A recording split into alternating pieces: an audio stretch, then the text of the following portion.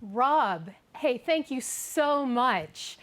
Hello, everyone, and welcome to Lessons from the Experts 2022. I am Carolyn Strauss, your host for this webinar, where we will model a version of a hybrid event. So I'm here on set, on site at Image Audio Visuals in Denver, Colorado. And in the studio with us, we have two of our event experts. First, Simon Melser from Image AV and Allison Kinsley of Kinsley Meetings. And then joining us virtually is Brenda Rivers of Safe LLC and Jennifer Haston with Global Source. So, over this next hour, we will share what you need to know to have a successful meeting for the foreseeable future. What you need to know in partnering with your production team, what your meeting professional team now needs to plan into, what contract issues have changed, and how to ensure the safety and security for everyone involved in your upcoming events. So I want to start by talking to Allison. Allison, you've been a meeting professional and in this industry for more than 30 years. What are your clients needing to plan for going into 2022 and beyond? There are a few things that are absolutely key to planning meetings into 2022 and beyond. The first is really working from a strategic standpoint on format and production and how those two things come together for a successful meeting. The second is revisiting contracts, because what was true 2 years ago, we know, is not a reflection of the current situation in our industry. And then the third thing is, of course, is the ever-evolving protocols that we are being asked to follow for the health and safety of our audiences. Thanks, Allison, for that quick overview. Now we're going to go to Simon. Simon Melser, most of you know, is the Vice President of Business and Development here at Image Audio Visuals. So Simon, meeting planners are exhausted, right? Trying to plan for all of this unknown. What do they need to look for in a production partner to alleviate this stress? Well, newsflash, folks, meeting business has changed permanently. It's not nearly the same environment as we had in 2019. You've now got to consider multiple factors. And that's why when you're looking for a partner, you're no longer looking for an AV partner. You're looking for a production partner who should be capable of handling fully live, fully virtual, and everything in between. You've got to think about the equipment, the streaming, the recording, and the on-demand. And it's a totally different universe. So, with your partner, how do you approach this in this, what is this brave new world, if you like? Well, what we suggest to do is something we call parallel planning. Now, that's a pretty fancy term for really what you're going to do is you're going to plan for an in-person, a hybrid meeting, and a virtual meeting at the same time. So what you're trying to do, what you're doing is everything you do, you have in mind the other two options of having a meeting. So you really have to think in that strategic way. Good news with that is if you need to switch, you can switch pretty quickly. You've got all the resources you need to move from one thing to another. And the best news of the lot is our process saves time, money, and all the stress that would mean changing your meetings. Let me give you guys a real life example. Late last year, we had a group that was a 5,000 person meeting. And great thing was that, well, at the time when they were having the meeting, when they had it live, was that half of these individuals were overseas. Now, in the world of COVID, it didn't make it that easy. And 6 weeks out, they made the decision to go from what was a fully live meeting to a fully virtual meeting. Now, the good news is that we'd actually looked at this process, we'd done the parallel planning, and to move from one scenario to another really wasn't that hard because we'd done the hard work up front. Now, what we also had was a little tool that we like to call our online presenter portal. And what that means is it's basically a virtual speaker ready room.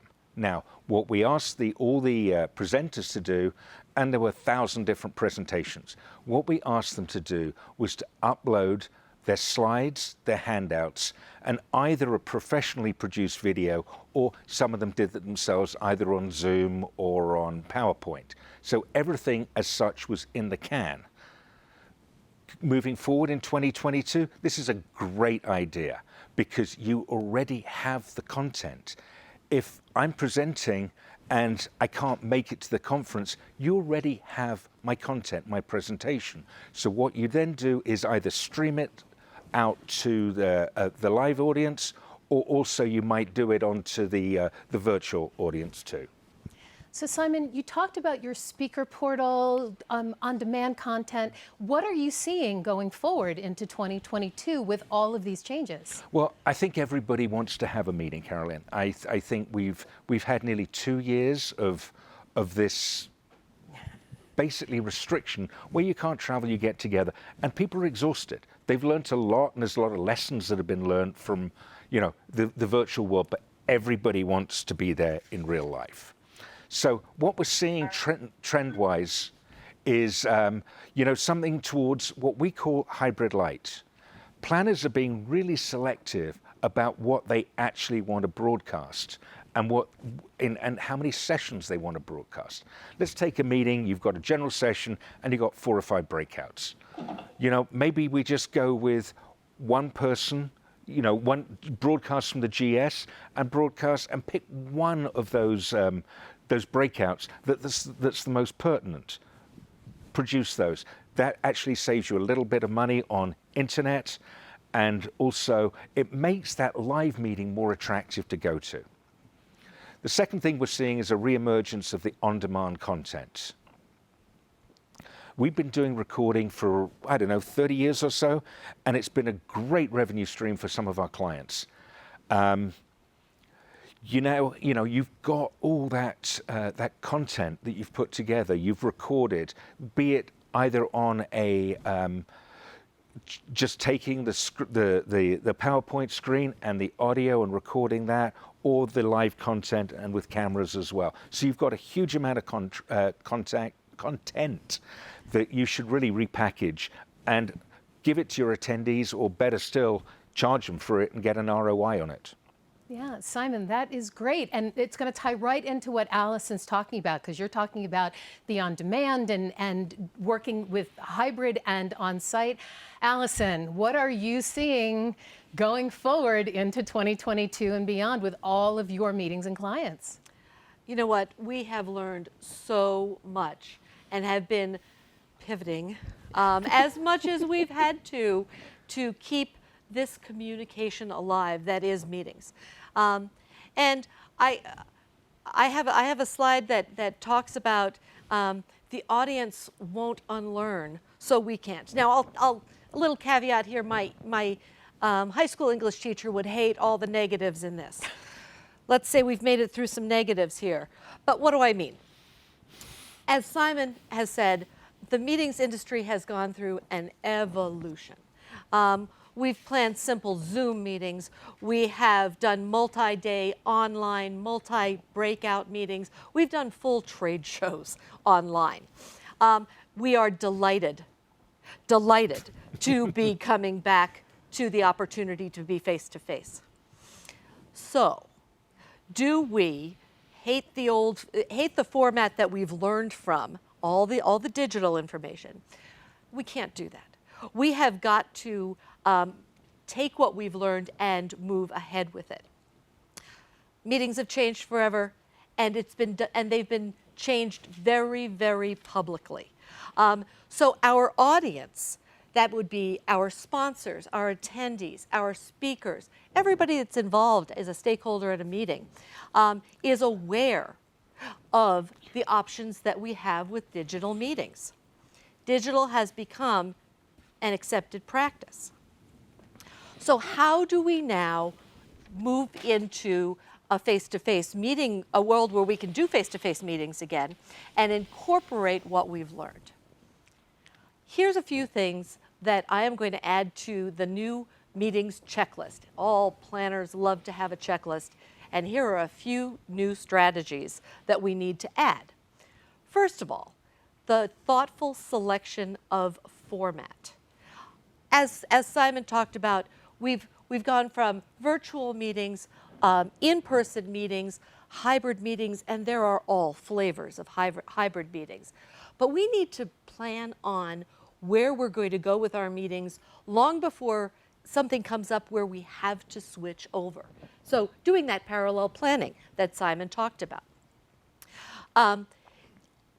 I'll reference, there's the the Events Industry Council has a digital guidebook that they've put together over the past year.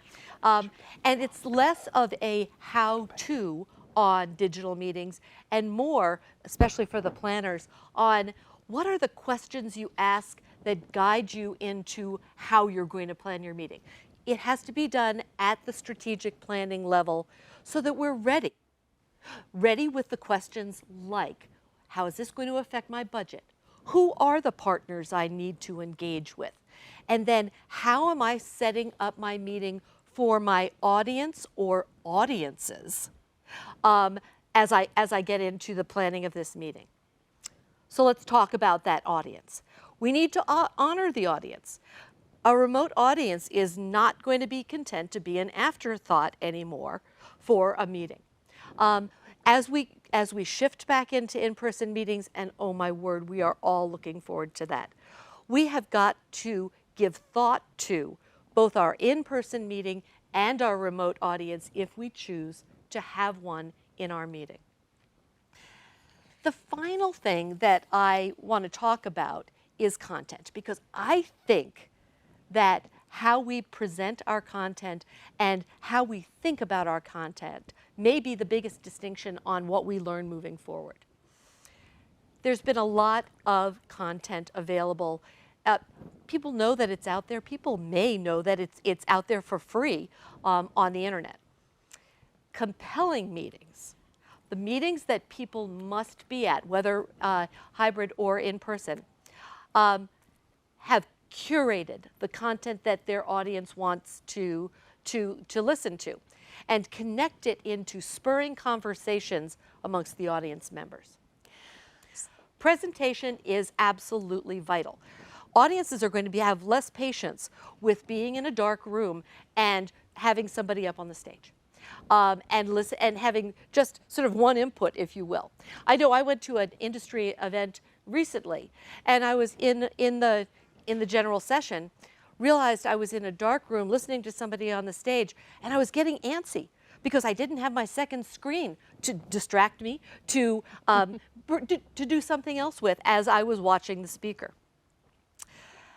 We need to build interaction into our meetings. In person, it's easy. Serendipity of the conversations that happen in the hallways, peer-to-peer learning, essential. People are so hungry for that. And then interaction in sessions. So, solution on that, you've got to build your agenda, your in-person or virtual agenda, not as stacked sessions, but with give the audience the ability to interact with the content with each other. That's going to ensure the success of your meeting. So Allison, that comes back a lot to, Simon was talking about parallel planning. And by the way, you never know what's going to happen in a meeting, and sometimes things drop out. So talk about how you and Simon partner when you guys work together and how the parallel planning helps with the content delivery and the content engagement and all of that. You go. Oh, sure. Oh, sure. Well, I think there are a few things that come up for me. And one of them is the ability to have the remote audience feel like they are having their own experience, whether that be hiring a separate MC to sort of host those people through and make them feel like they are having an authentic experience. Surveys, chats back and forth. What do you see? What else are you seeing, You know, Simon? What am I leaving out? No, I think what you're saying is that really, when you look at the beginning part, and we work a lot right at the beginning of the conference, and we set our expectation to our end clients and say, you know what, we both use this expression parallel planning, and we're kind of educating our end customer on it because we are covering all eventualities. We've got it down to a system where we're planning for that live meeting, but should we go over into a hybrid, which is probably going to happen.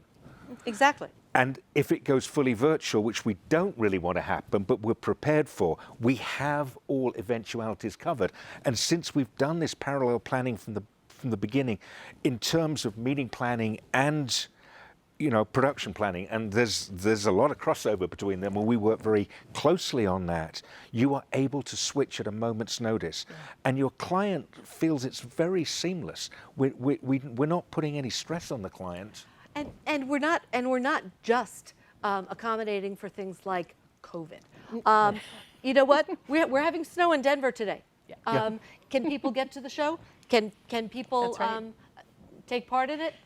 We're planning for all contingencies with the parallel planning. So let's talk about contingencies and stuff with our next expert. We're going to bring in Jennifer Haston now of Global Source. She's an expert on contracting and negotiating. So hi, Jennifer. What are you seeing are the biggest concerns going into 2022 and beyond? Hi, Carolyn. Thanks. So looking at 2022, most of us moved our meetings from 2019 into these next years, right? If they're larger meetings, then they may be beyond 22, maybe into 23. But strictly, let's just concentrate on 22. And in that, I would say the inherited contracts. And what I mean by that is anything prior to COVID that you just signed maybe an addendum on and moved the date, right? And then move that contract. So did you just move your existing contracts to a new date and assume that the meeting will be the same? Because as Allison and Simon mentioned, the meeting design is different. So meetings do not, and quite frankly, should not look like they did in 2019. Many of us trying to get back to seeing each other, we want desperately to get back to face and comfort of what we did in the past. But now we're faced with having to know and understand and navigate the varying local restrictions, not to mention knowing and understanding the additional safety standards relating to a pandemic, not only state to state, but also locally. We probably also have stakeholders breathing down our backs to come up with a strategy, figure out a way to make up revenue. All of these things play an important role to the contracting process. So just having simply moved that meeting from, to a different date really does need to be forefront in your strategy and figuring out a way to make it applicable to what we're living in now. So all of that plays an important role. So many considerations too, as Simon's favorite word, parallel planning, and Allison spoke of, hang in that balance. So revisit your agreements, take a hard look at your clauses, and if you need to do something different, Brenda will mention later, take a look at the risk and mitigation plans too, and renegotiate all of those contracts based on all the new implementations. So Jennifer, you're talking about current contracts and contracting now going forward. What about inherited contracts, right? I know so many of the organizations I work with signed their hotel and production agreements back in 2018, 2019. How do we deal with that? So I guess the first step in taking a look at that, grab that contract, and survey your attendees. That's the first step. Everyone's heard that on the webinars probably the last 2 years. Survey, but I can't stress that enough. Knowing how your attendees may react to current conditions is going to be key. So gauge the pulse of your attendees. It may be that after you survey, you find out that 25% of your attendees don't want to attend live or face-to-face, and your contract currently says 20%. So that is when you should begin the conversations. Pick up the phone, armed with your survey, begin those conversations with your venue provider, explain the situation, and I'm certain they'll work with you. In instances that these conversations don't happen, that's when we see challenges arise. Case in point, I, early on in the pandemic, had a group who, looked at that, right? Looked at, okay, so now here's what we got to do moving forward. We're going to move this in 2 months. We're having a face-to-face, but we're also going to attach the hybrid piece to it. But didn't have any conversations with the hotel regarding that, ran into attrition issues, and the hotel kind of dug their heels in and said it's because you had the hybrid piece that you basically forced attendees or gave them the option to stay home, which is why you ran into attrition. And so then those were, conversations where we're brought into after the fact, whereas it could have been mitigated ahead of time, but by just picking up the phone and maybe having that conversation ahead of time and explaining why you needed to do the meeting the way you did it. So I guess if anything out of this has taught me in 2020, and I'll give kudos to Miss Barbara Dunn, her favorite phrase is to collaborate early and often. So talking about collaborating, Jennifer, talk about what 2 things would you focus on in terms of contracting and concessions and budgets? Can you talk to that? Sure. So I'd pull those contracts and, knowing because you did your survey, knowing what your attendees want is going to look at what budget concerns you might have. So take that into consideration first. And then, look at everything you already have in your contract, what can be reworked, and that may be your concessions. And so budgets, the other point I want to make about that is don't be afraid to share your budget with any of your partners or your venues. It's a lot better to articulate it ahead of time. And even if it's just a range amount, right? I think that's key and saves a lot of back and forth, if you will. And then in the consideration of, a partner versus provider and concession considerations, this is where you should evaluate who is a provider to you and who is a true partner. Partners versus providers should be a major consideration. People like to do business with people they know and trust. Don't rely on a provider. Find a partner that doesn't mind trampling through the hard things with you. You should know what you need from your partner, find out what your partner needs in return, and negotiate your concessions for the event from that point. I believe gone are the days of what I'll call simple concessions. And, we all have them. We have our checklist of, the suites or the gym, fitness center access, whatever it is. But dig deep. What will help you showcase your strengths to your stakeholders that put you into a strategy mindset and making the bottom line the best it can be, whether it's for the immediate or the future. And quite simply, the concession itself isn't always like the immediate concession where something is to the bottom line. That concession now may be a contract clause that you need to have for your risk and mitigation plans. So dig deep in that aspect. And Jennifer, you've created 101 things to negotiate. Talk about that. Sure, it's just a quick, again, back to Allison's checklist, if you will, something to glance at, that when you're going through your contract negotiations, take a look at those 101 things to negotiate and pick out what's important to you and your meeting, because again, every single meeting will look different in that aspect for those concessions. Jennifer, thank you. That's great. And you talked about contracts. I actually want to go back to Simon for a minute to talk about what we need to consider when we're negotiating our contracts with our venues in terms of the AV. It's changed.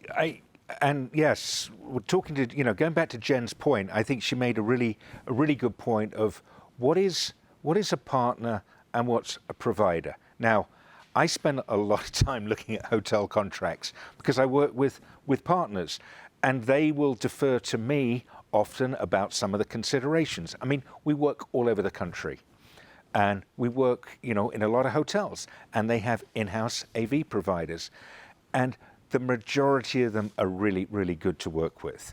You need to ensure that as a partner with a meeting planner, that they make sure that they have the freedom of choice to use the production partner that meets their complete needs. One of the things you need to look at as well is in these contracts is often it would say, if you use XYZ in-house, that these concessions will apply. Now, what it doesn't say, on the other hand, is if you don't use them, all those concessions are wiped out. So you need to make sure that if you need internet, if you're doing any of these hybrid kind of meetings, you know, whichever flavor you choose, you're going to need some form of internet. You need to make sure you negotiate that up front, because once the contract's signed, your bargaining power is over and done with. That's why it's called negotiation. You need to make sure that, you know, as I said, the internet, power. There's a new thing with certain companies saying that they're exclusive on breakouts. Well, again, it's a negotiation. And as Jan and Alison will tell you, you can strike those things out and you can make your own contract and see where you go. But, you know, going back to partner versus provider, you need the partner that has your back as planners, and you need to work together and make sure you get the best deal for your client. So Simon, you said that you have sample contract language available. How do we get that? You know, I'm sure there's a little Woojima flippy that you can download that and in the presentation, and just hit that and off you go. It's just so important to have the contracting.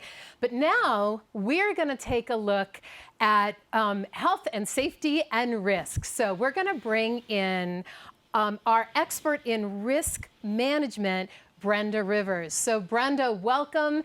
And from your point of view as a risk management specialist, how has the industry changed? We can't hear you. Brenda, can you unmute? Now. There you go. Okay. Thank you and welcome. Welcome to I hybrid was meetings. anxiously waiting. I want to acknowledge that it's great for me to be speaking to an audience that represents all the suppliers in our supply chain. Because when it comes to health and safety, this pandemic has been a great leveler. We are all in this together. And I think we have all realized that we have a responsibility and we have the power to save lives. We are also hoping that our future is going to be a healthy and safe and productive one. But being realistic, we are recognizing what I call it's going to be a never normal. There's a never-ending COVID fallout, never happening immunity, and not really predictability in economic stability or climate change. So what's the solution as far as health and safety? And I have that solution. It's becoming resilient. Now you might ask, what does that mean? What does that mean for me, for each supplier? You've got to bring your key team together in your respective role in the supply chain and prepare in advance on how you're going to keep attendees safe with respect to your responsibility, whether you're an AV, whether you're content, your food and beverage, you need to bring everyone together early. The result is going to be that your organization will be protected from financial loss, potential legal liability, and damage to your brand. Now, every supplier must adopt a health and safety policy with best practices. And this is going to take commitment, time, and resources. I know, and you're already stretched. So you might also ask, how can we change the mindset, the health and safety mindset but that's not going to happen to us again? You'd have to take a risk mitigation approach by utilizing wargaming to gain executive buy-in, to alert of legal fires before they happen, and to test, are you really prepared? And there are 6 critical stages to this process that I want to thank my brilliant panelists for setting this up, because every single one of these stages have been critical in the best practices they've talked about. All you have to do is just add health and safety to the agenda. So you mentioned war games. What is that? And then how does it apply to the 6 stages, Brenda? Well, wargaming is essentially crisis simulation. And you can, regardless of your role, you can do a what-if scenario. They're done much better based upon the threats that you've identified that your event has and the ones that you are most worried about. So you just do a role playing, and it's best done by surprise. It's best done in the real location, but you can do it by Zoom. Wow. Okay. You just scared me. Okay. So 6 critical stages. Okay. What are the 6 stages to risk mitigation? Well, as I said, these are a mirror image really to what the panelists have talked about. You just simply add health and safety. It's never too early to start. You have to bring up health and safety in your RFP. You have to make sure that you are asking your suppliers to put a health and safety clause in every contract. You need to secure your stakeholder buy-in early on a health and safety plan. And the second stage is you need to use real data. You need to conduct your own risk assessment for every single event. And that sounds overwhelming, but trust me, it gets to be routine. And I've attached in this presentation a 3-page pandemic vulnerability study, which I drafted, and it can be adapted for any event and any risk. In the data that you draft, you want to articulate that your ROI metrics include a metric for health and safety. Measure that event. The third critical stage is identify who are you going to call? Who are you going to need if that actual risk happens? Identify them early. I call this the resources and responders, and build partnerships with them early. The fourth stage is really one of my favorites. I've been really working on it hard during the pandemic, and that's create a health and safety toolkit. Everybody does toolkits. This is where you put all the legal ABCs, the red flags, all of those, the knowledge that you gain from Jennifer's comments. You also include links to every state and county of a location that you are going to work a meeting in. So you eventually get this big file.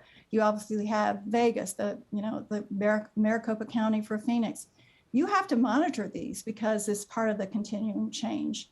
And fourth, you take all this information and you create your own health and safety emergency playbook, along with your crisis communication plan. If you don't have a crisis communication plan, you may well have not done your crisis emergency plan. And the last step is always do a learning look back, memorialize all the lessons that you learned, talk about your health and safety wins, talk about what you did wrong or what you could have done differently, and have an ROI metric when you are analyzing the success of your event. Brenda, you told us a story earlier when we were in rehearsal. Can you go back to that one time where they really needed a health and safety plan? Yes, I would do this in a very abbreviated fashion because the scenario, if you can just picture, this has happened to probably everyone in the audience. It was an event, 600-person event that was negotiated in 19, canceled in 20, done virtual, and then this last October, there was so much demand for this event. There was no health and safety plan by the hotels, the suppliers, or my client, no appetite for masks. This was a young group, a low risk, vulnerable group. And so I was working with the director of events and I needed support. They had hired me to come in and do an emergency plan for any of the COVID changes or the COVID eventualities, which we didn't know for sure. And I had a meeting. We had a high-level meeting with the executives, with the hotel. I brought in the HR department director for the hotel, who had just written their COVID statement, just put it on the press. And I gave them a situation and said, okay, we're in the middle of this 600-person networking. Everything's going great. Someone gets sick, and it's a pretty visible illness. And we're all stopping and thinking about, you have 2 minutes to act. Tell me, what are you going to do if you're the CEO? What are you going to do if you're head of production? What are you doing if you're the meeting director, but you're back at the hotel or at the desk? And when it was revealed that Summit County had a regulation that 5 cases of COVID in any business would constitute an outbreak. And there were mandates that were regulated with penalties if the business, the hotel, didn't shut down and basically stop all the services. And the other thing that was revealed was that the hotel is only responsible for their employees. The hotel is not responsible for any of the attendees. And when this CEO realized we could potentially have everything stop if someone gets sick and we contact trace and there's 5 people who are sick, this is what could happen. I will say that the outcome from doing these crisis scenarios, which are wargaming basically, you will have a dramatic buy-in by executives. You will also understand why everybody has to come to the table to be prepared and hopefully rehearse in advance what you're most concerned about. Wow, Brenda, thank you so much. That was amazing and so much to think about. And so to start to wrap this up, we have created a top 10 list of the 10 top trends that we see for meetings going forward in 2022. And we are going to bring the entire panel in and we're going to take turns with our top 10. So, number 10.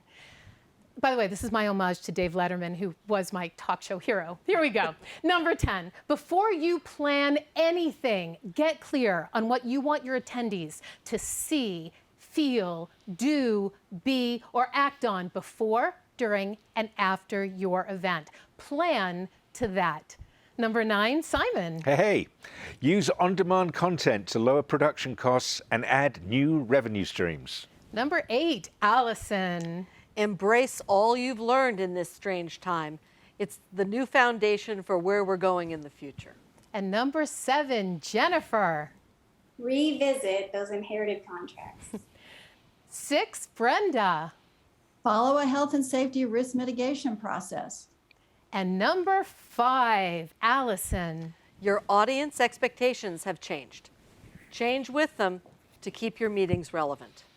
Jennifer, number 4. Collaborate early and often. Number 3, Brenda.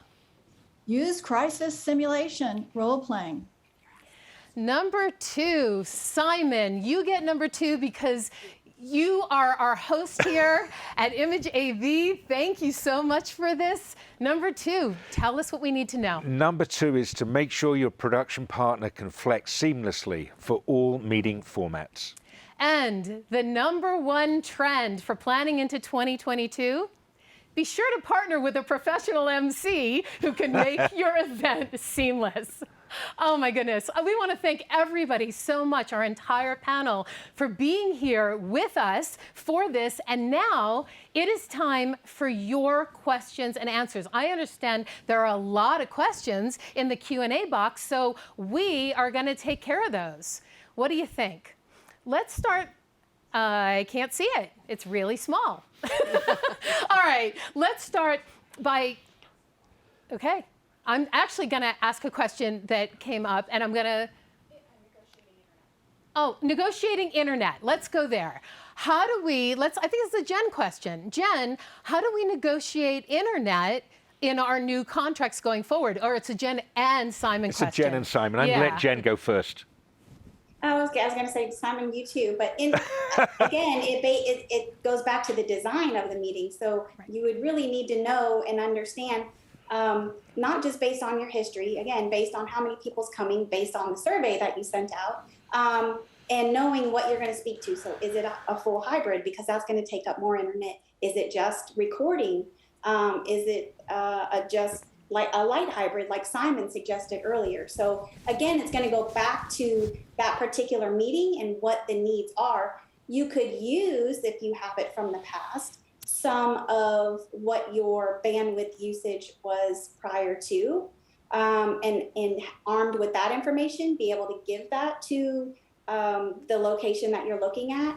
So I would say those probably top 3 things: your history, your needs, and then the design of the meeting are all going to play an important role of knowing what you need to negotiate, whether that's per device or blanket the whole building. That's great. Jen, Simon, you deal with this all day, every day. We do. So Jen's point is great. And I think you have to divide it into 2 sides. Now, you have your internet required for the attendees and the internet that you require in order to do the hybrid meeting. And that's totally different. Everybody knows that there's 5G and we have connectivity on our phones. So if your budget is constrained, my advice is to look as your priority, if you're doing a hybrid meeting, what that streaming costs need to be. And as a rough estimate, you need about 10 meg up and 10 meg down on a hard line. Now that sounds super technical, but your AV partner will be able to help you with that. But basically take care of the direct line streaming you need to be out of your main room and negotiate that first. The secondary part is your attendees. You know what? I know it's nice for everybody to have wireless internet. It's not the priority when it comes to budget. Yeah. I don't know what you think about that, Alison. What do you agree? No, I agree. And fortunately, some of that data is available from our previous meetings, minus the hybrid piece. Correct. But you should have some of that data so that you can go into these negotiations intelligently. Right.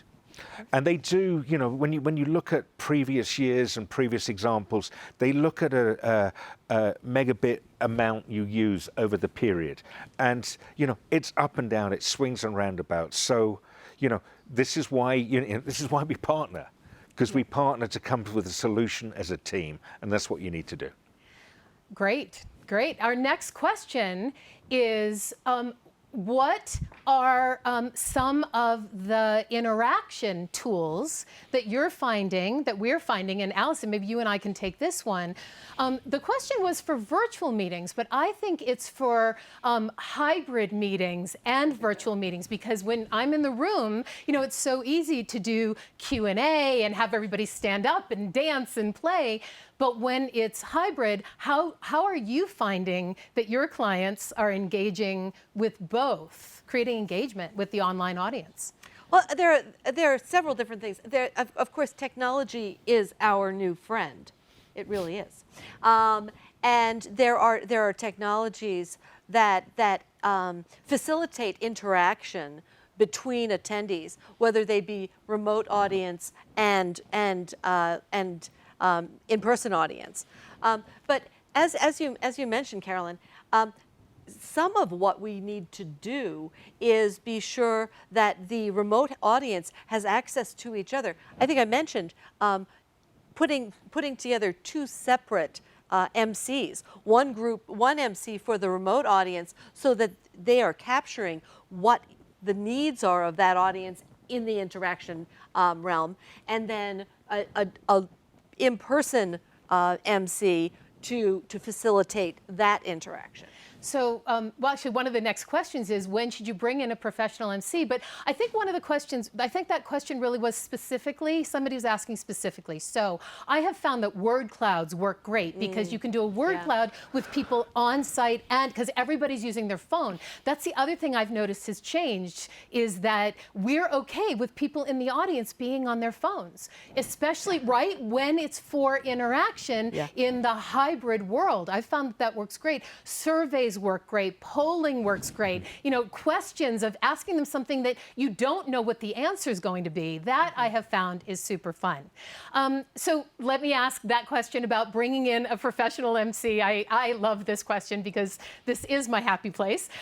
When do you think about bringing that in? And Jen, what are you finding with your clients? When are they bringing in a professional MC? Let's actually, Alison, why don't you start that one? Because you do a lot of this. Yeah, well, it's a professional MC is certainly part of the production value of a meeting. Some meetings are relatively organic, and people are going to be speaking amongst themselves. As soon as you have a higher level production, I'll say there are some organization leaders who are really astute presenters and should be welcome on stage. There are others who are not as comfortable. You want your leadership to be well represented. If they're not going to be the right person to be in front of your 1,000-person audience, a professional MC is certainly a good way to make everybody shine. Thanks, Allison. Yes, that's exactly the job of the professional MC, is to set the audience up so that they know exactly what's coming next, and to set the presenters up to be fantastic. Jen, what are you finding in terms of what your clients are doing with MCs?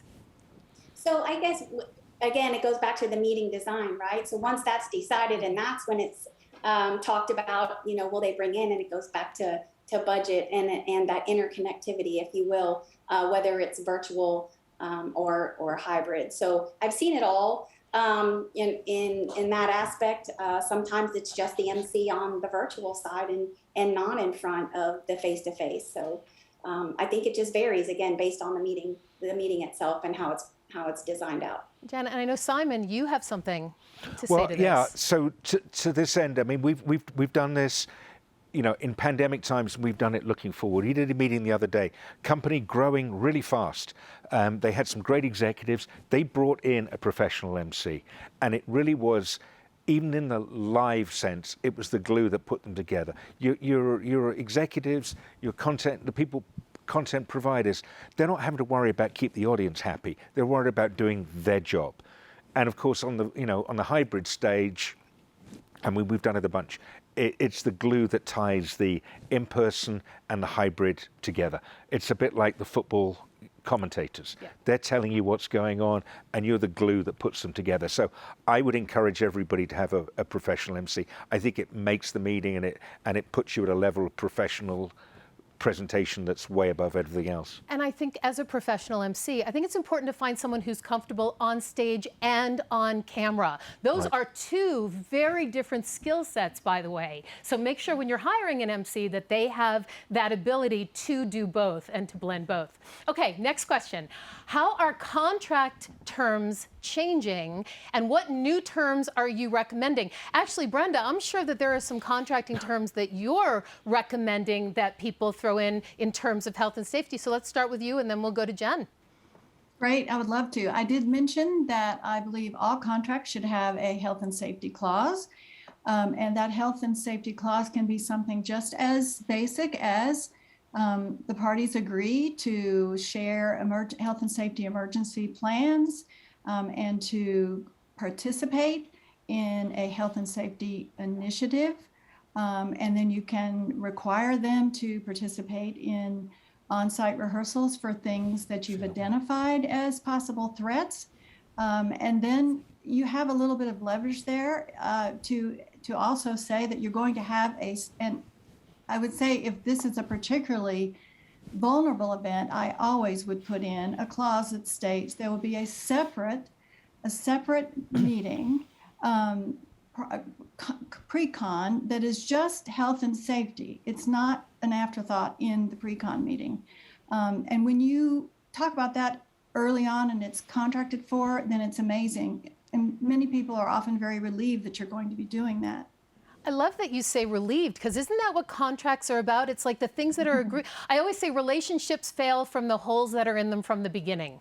Isn't that what contracting is about, right? It's about creating a win-win for everybody. So Jen, what are you seeing in terms of new things to put in contracts? Carolyn, I agree too. I believe that contracting in and of itself is, again, about communication. And so the changes I've seen mostly, it's not just about force majeure.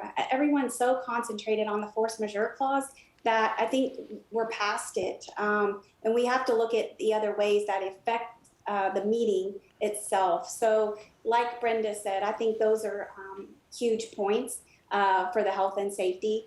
And outside of that, your food and beverage is another consideration. I mean, let's face it, on the opposite side, and maybe we have some of them in the audience too, that we all know the labor shortages we're facing. So, maybe it's just contracting for space and not the food and beverage. So, taking a look at that, I'm seeing that to be a trend for some of our stuff that we're doing. Yeah, that's great. So our next question, I think, is really an Allison and Simon answer. Most of what we're talking about today seems geared towards larger groups. How do we scale down for smaller meetings, 200 to 500 attendees, where budgets are clearly smaller, but the expectations of the client remain high? I'm going to dial right back to that, be prepared. Don't be surprised by having to add maybe a hybrid component to your meeting. That is going to get expensive. It's going to be a budget buster if you're not ready for it. You need to know what it's going to cost in advance, work with your partners, and then set those expectations with your stakeholders so that surprises are hard to deal with. Yeah. I mean, from what Alison says, I mean, this is, we do a lot of meetings in this thing, and this is a question that everybody says. Right. I mean, we can talk about contingency planning and all this stuff, but it comes, where the rubber meets the road is money. I think if you look at what I said about maybe a hybrid light, that makes things a little easier.